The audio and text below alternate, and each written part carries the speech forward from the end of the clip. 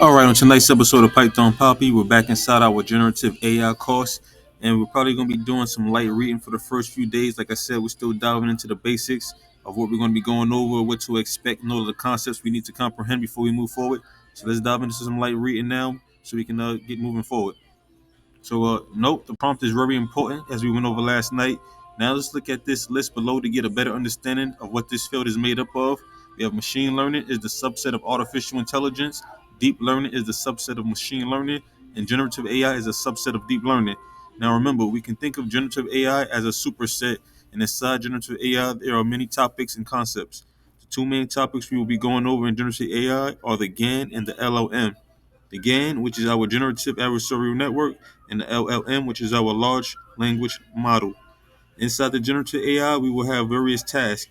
These tasks include, but are not limited to, image to image generation, text to text generation, image to text generation, and text to image generation.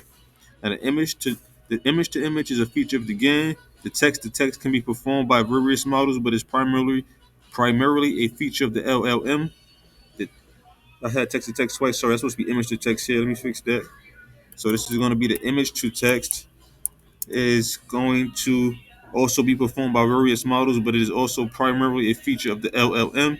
And these days, the task of text to image is carried out by the LLM. So you can see this one here, text to image. So we have image to text and then text to image. Not that we get the two confused. So LLMs are able to perform various tasks, some heterogeneous and some homogeneous. Now back to the generative AI. Where does the generative AI actually exist? It exists in a subset of deep learning. Now let's go over the complete timeline of the LLM. So we have first, we will go back into the RNN, which is a type of neural network. This is supposed to be neural here. Sorry about that. Let's fix that. So the RNN is a type of neural network. And remember that this is basically when we have a feedback loop, which takes the output and loops it back into the hidden state as an input. Note, there are different types of RNNs or advanced architecture in terms of this RNN.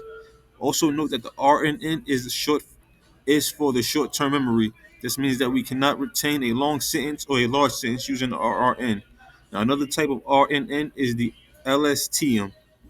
LSTM. With the LSTM, you're able to retain long and large sentences because it is a long short-term memory. This means that it is for the short-term dependency and long-term dependency. If we look at the architecture of the LSTM, we see that along with the timestamp, we would have settled state. Now, I'm not going to go too much further. Like I said, we just now touching on these topics, and I don't want to dive too deep. We're having a full grasp on everything just yet. It is all new to me still.